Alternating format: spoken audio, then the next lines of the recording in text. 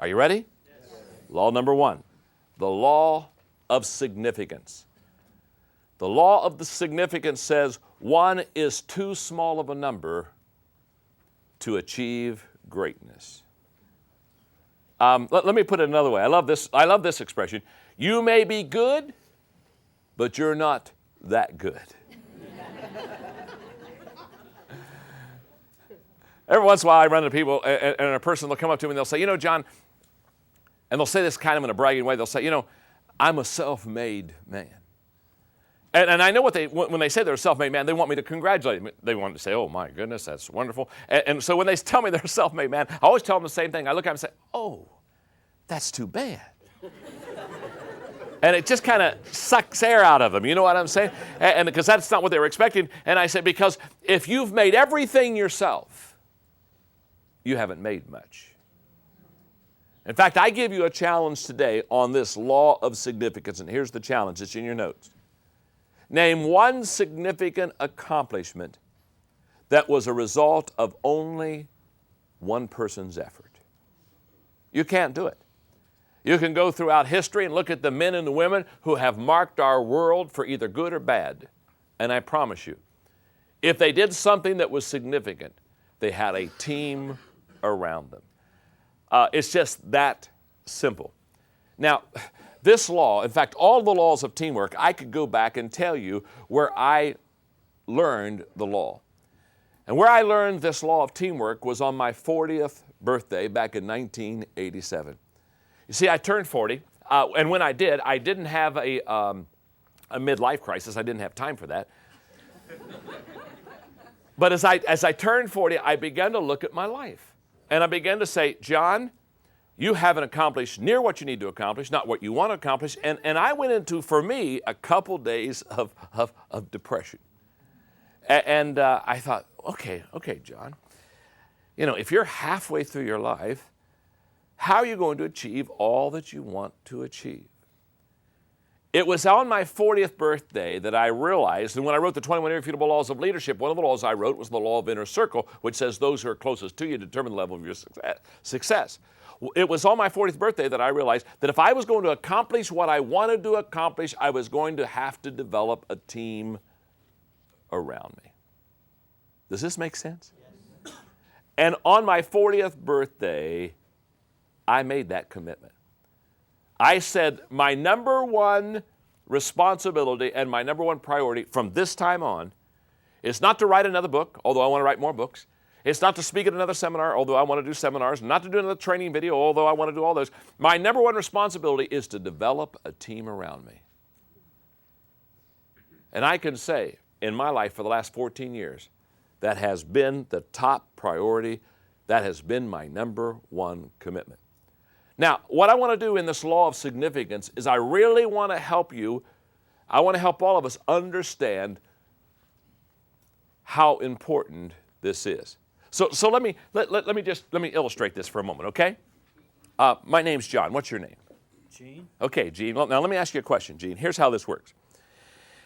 If you have a great idea, and I have a great idea, but we don't share ideas, how many ideas do you have? One.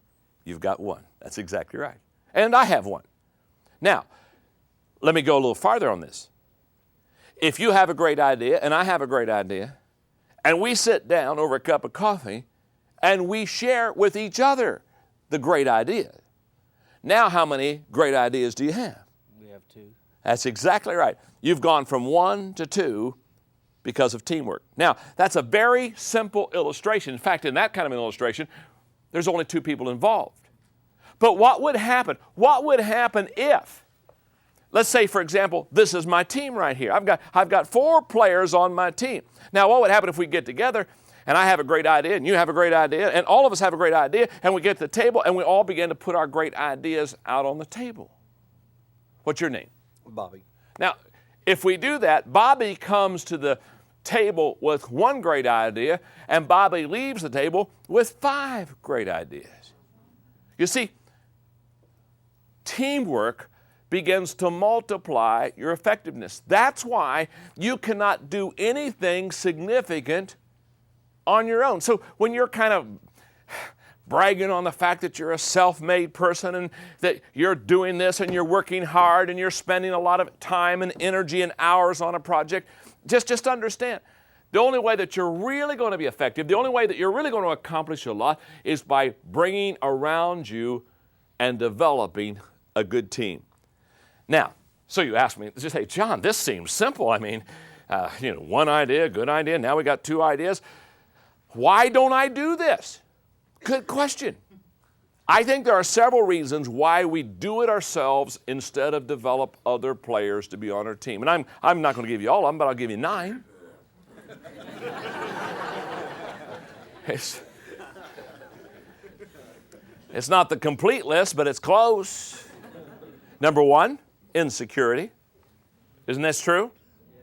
In fact, when I said insecurity in this studio, everybody groaned. Because every one of you right now are thinking either of yourself or of somebody that you know that's insecure. And they won't share. I know people that say, oh my goodness, I have this idea. And oh my goodness, I don't think I want to share it with anybody. I need to keep this idea. It's maybe the only idea I'll ever have.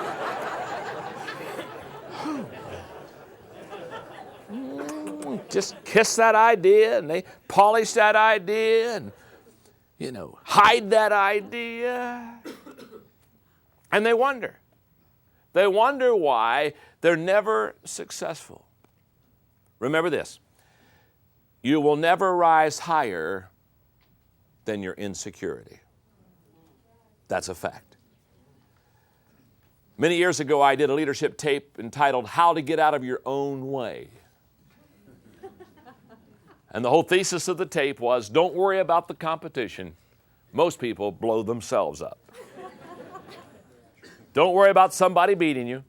Insecure people usually disqualify themselves. Number 2, ego. A lot of times we don't share because we don't want anyone else to have the credit. So if you have an ego as big as Texas, you understand, you don't want to let anybody know that maybe Gene had a good idea, and so you try to take credit for everything. And what I've always said is, watch out for the leader whose ego is bigger than their IQ.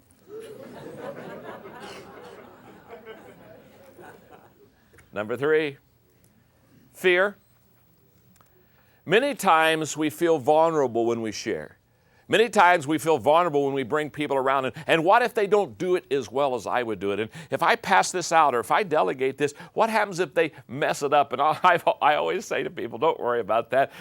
Look at yourself. You've been messing up long enough. Here's a thought. Why don't we pass up the messing up around? Just pass them out because you're already messing up. And so let somebody else share the mess ups with you. Number 4. Selfishness. Many people basically are selfish and they want to keep everything for themselves. Number 5 is pride. Some people think that, oh my goodness, if I bring somebody else into this, then somehow it means I'm less of a person, or I'm not who I should be, or I'm not the leader I should be, or somebody's not going to think I'm doing the job that I can do. Number 6, control. Don't you know some people that are control freaks? I mean, they don't let anything farther away than their grasp. And they basically don't feel comfortable unless they have total control. And by the way, let me just time out here. They're not any fun to be around, are they? I mean, when I'm around a control freak, I look for the exit door as fast as I can. I've got to go out and get a breath of fresh air. Number 7, naiveness. I think a lot of people don't use a team because they never had training on it. And they don't know and understand the value of it. So I think there are a lot of people like myself. When I got to 40 and had not accomplished what I wanted to accomplish, and I kind of was a little bit set back on that whole situation and asked myself, why not? To be honest with you, I had a sense of naiveness. For a period of time, I just really wasn't sure how to develop a team. That's why we're having this seminar. That's why these training tapes on teamwork. Number 8, poor teammates. Let me ask you a question. How many of you have ever handed the ball off to somebody and they just consistently fumbled it? Isn't that true? I mean, it doesn't, I mean, you hand the ball off, they fumble. You hand the ball off, they fumble. You hand the ball, they fumbled it. You with me? And after you do that for a period of time, you say, I don't think I want to hand the ball off. It's kind of like you hit the ball and drag Charlie, hit the ball and drag Charlie, hit the ball and drag Charlie, hit the ball and drag Charlie. After a while, don't you just want to hit Charlie?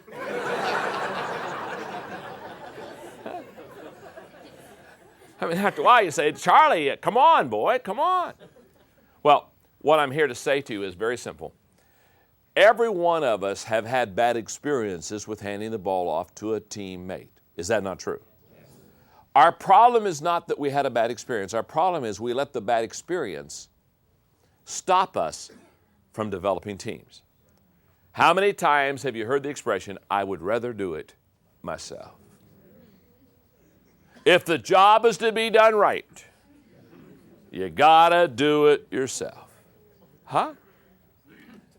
Now, this kind of an attitude, I guess it's best reflected when Mark Twain said, when we have bad experience, our tendency is to back off of the bad experience. Mark Twain said, if a cat sits on a hot stove, that cat won't sit on a hot stove again. He went on and said, that cat won't sit on a cold stove either.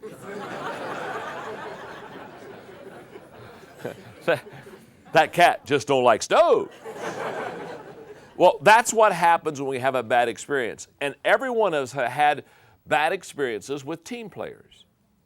Sometimes that causes us to say, no, I'm going to do it myself.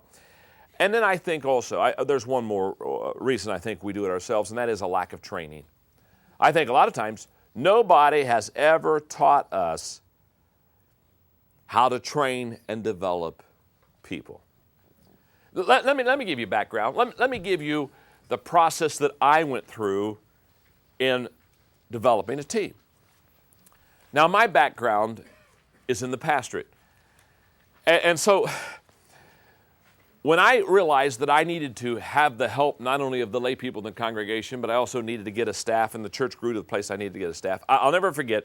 Here's the process, and you just kind of think your way through this. First of all, I did everything myself. We've all been there. Then I said, okay, I need help, so I brought somebody else on the team. Now, that's the good news. The bad news is it didn't work. So I let him go. Now I'm back to doing it all myself. And basically saying team stuff doesn't work. To where I can no longer do it all myself, and so I bring another person on the team. Now, I started to do it myself. I do it with somebody, but that doesn't work, so I do it myself. Now I bring somebody else on the team. Now, but because I did it with somebody and it didn't work, this time I said, okay, I'll bring them on the team. I'll give them a job. I'll give them an assignment, but I won't get close to them. In other words, I'll give them a job. I'll say, Gene, that's your job. You do it. You do your thing. I'll do my thing, and never the two shall meet. Now, here's what I found. When you bring somebody on your team and you give them an assignment, but you don't develop a relationship, the good news is they will never hurt you. The bad news is they'll never help you. So I went from doing it myself to bringing somebody that it didn't work, to doing it myself, to bringing somebody on the team but didn't get close to him, to now bringing somebody on the team and saying, no, I'm going to develop a relationship with him. Now the good news is, now all of a sudden we're having a good time. We're connecting. We're relating. That's the good news. The bad news is we're not accomplishing much. We're holding hands and singing Kumbaya. Then all of a sudden I realize the value of a team member is to come together for a common purpose. So what's the process? I do it myself. I bring somebody on. Doesn't work. I do it myself. I bring somebody on, but I don't let them close to me. I bring somebody on and I let them close to me, but I don't train them because we're just into relationships. Now I bring somebody on and I am close to them and I develop not only a relationship with them, but I begin to train them. It wasn't till I learned that you bring somebody on your team, not only to have a connection in a relationship with them, but also to train them, that they really become effective. I was at an office the other day and I saw a sign on the desk that really explains, I think, the law of significance best. Because on the desk was this sign, and I think it said it well. The sign read, "If I had it to do all over again, I'd get help." And I think how true that is. If I had it to do all over again, I'd ask for help. So what I have in closing on this law of significance is I brought with you one of my favorite stories to read. It's the story of the bricklayer. Listen to it. A bricklayer tried to move about 500 pounds of bricks from the top of a 4-story building to the sidewalk below. And the problem was he tried to do it alone. This is his own story taken from his insurance claim form. It would have taken too long to carry bricks down by hand, so I decided to put them in a barrel and lower them by a pulley which I had fastened to the top of the building.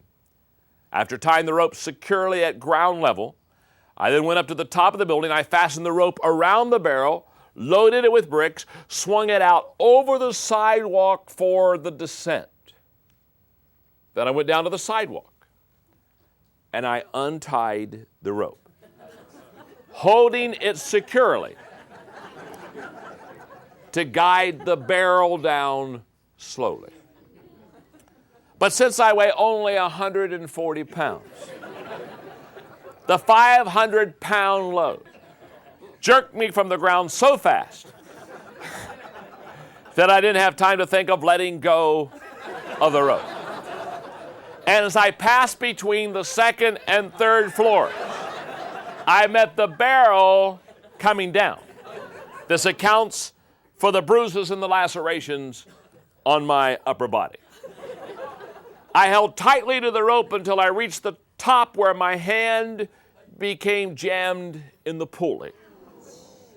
This accounts for my broken thumb. At the same time, however, the barrel hit the sidewalk with a bang, and the bottom fell out.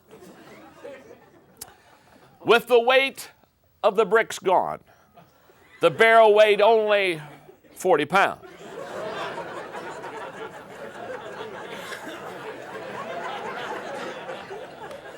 I see the train a-coming. Thus, my 140-pound body began a swift descent, and I met the empty barrel coming up. This accounts for my broken ankle. Slowed only slightly, I continued the descent, and I landed on the pile of bricks. This accounts for my sprained back and broken collarbone. At this point, I love this statement, I lost my presence of mind completely.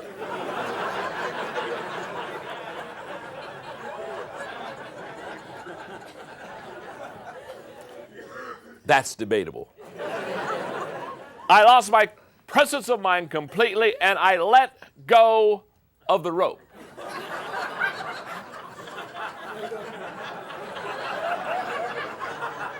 And the empty barrel came crashing down on me.